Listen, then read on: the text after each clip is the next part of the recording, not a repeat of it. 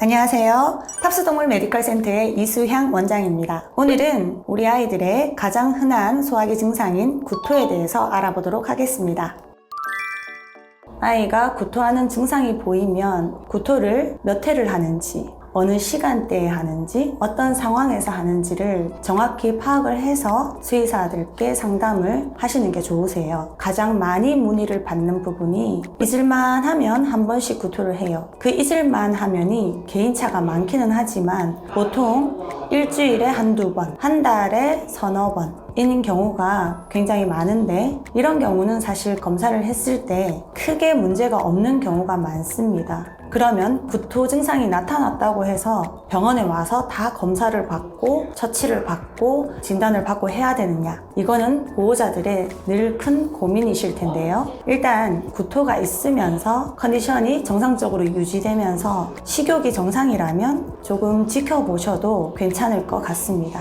구토가 나타나는데 구토의 그 횟수가 아주 폭발적으로 단시간에 5회 이상이라든지, 그리고 구토를 하면서 굉장히 힘들어하며 침울해 한다든지, 그리고 일정 시간이 지났을 때 먹을 것을 줬는데도 반응이 없다든지 할 때는 분명히 어딘가에 문제가 있는 사인이라고 파악을 하시면 될 것 같아요. 이런 경우라면 병원으로 바로 데리고 오셔야겠죠.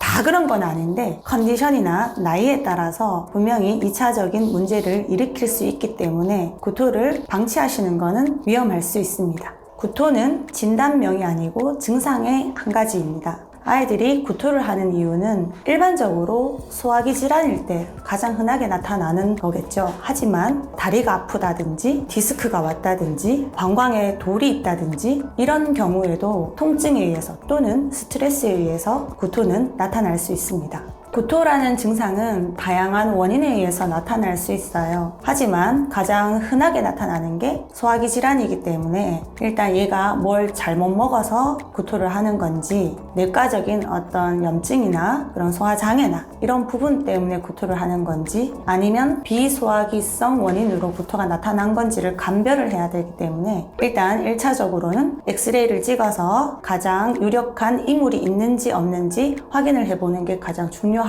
부분이고요. 또 염증 수치라든지 혈액학적인 이상이 나타나지 않는지 혈액 검사가 그 뒤에 이어질 수 있습니다. 더 나아가서는 엑스레이 상에서 발견되지 않는 이물 또는 위장관 상태 또는 내부 장기 상태를 정확하게 평가하기 위해서는 복부 정밀 초음파 검사가 진행될 수도 있습니다. 이물을 삼켰을 때 최대한 빨리 이물을 구토를 시키는 게 맞는가라는 질문을 보호자분들이 많이 하시는데요. 그거는 삼킨 이물의 종류에 따라서는 대응이 달라져야 될 것입니다. 어떤 이물에 있어서는 구토를 바로 시키는 게 상부 소화기 쪽 자극이나 상처를 더 주는 경우도 있기 때문에 반드시 엑스레이 검사나 내시경 검사를 통해서 삼킨 이물의 종류가 무엇인지 알고 대응을 하는 게 중요하다고 할 수 있습니다. 예를 들면 우리 아이가 갑자기 많은 양의 초콜릿을 훔쳐 먹었어요. 이런 경우는 최대한 빠른 시간 내에 구토를 시키는 게 좋겠죠. 보통 혈관 라인을 잡고 구토를 유발하는 정맥주사제에 들어가면 바로 구토가 일어나고요. 그에 따른 몸에 부작용은 크게 없기 때문에 그 부분에 대한 염려는 안 하셔도 괜찮을 것 같습니다.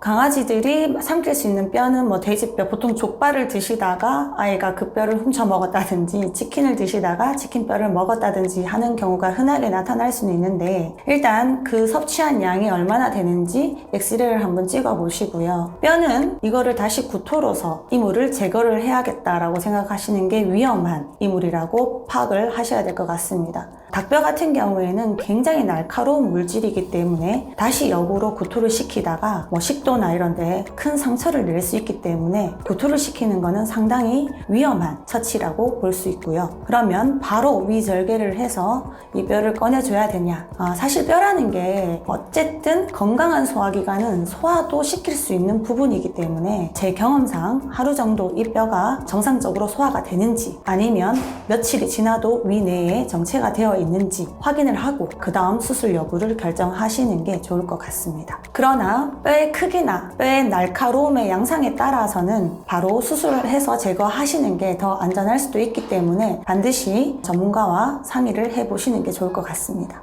아이가 평소와 똑같이 잘 놀고 평소에 좋아하던 사료나 간식에 대해서 똑같은 반응을 잘 보이면서 정상적인 변을 보인다면은 기존에 보였던 구토 증상으로 인한 질병이 회복이 되었음을 알려주는 사인이라고 할 수 있겠네요. 정상적인 컨디션과 식욕을 보이는 아이에서 좀 신경 쓰일 만큼의 횟수로 구토를 한다면 항생제라든지 강한 약들이 아니라 정장 기능을 하게 구토를 억제시켜주는 약들이 있습니다. 이런 약물들을 복용해서 일단 구토의 횟수를 낮춰주는 게 중요하다고 할 수 있겠습니다. 오늘은 구토 증상이 나타났을 때 병원을 언제 와야 되는지, 병원에 오면 어떤 검사나 처치를 받게 되는지에 대해서 간략하게 설명드려 보았는데요. 더 궁금하신 내용이 있으시면 댓글로 남겨주세요. 시청해주셔서 감사합니다.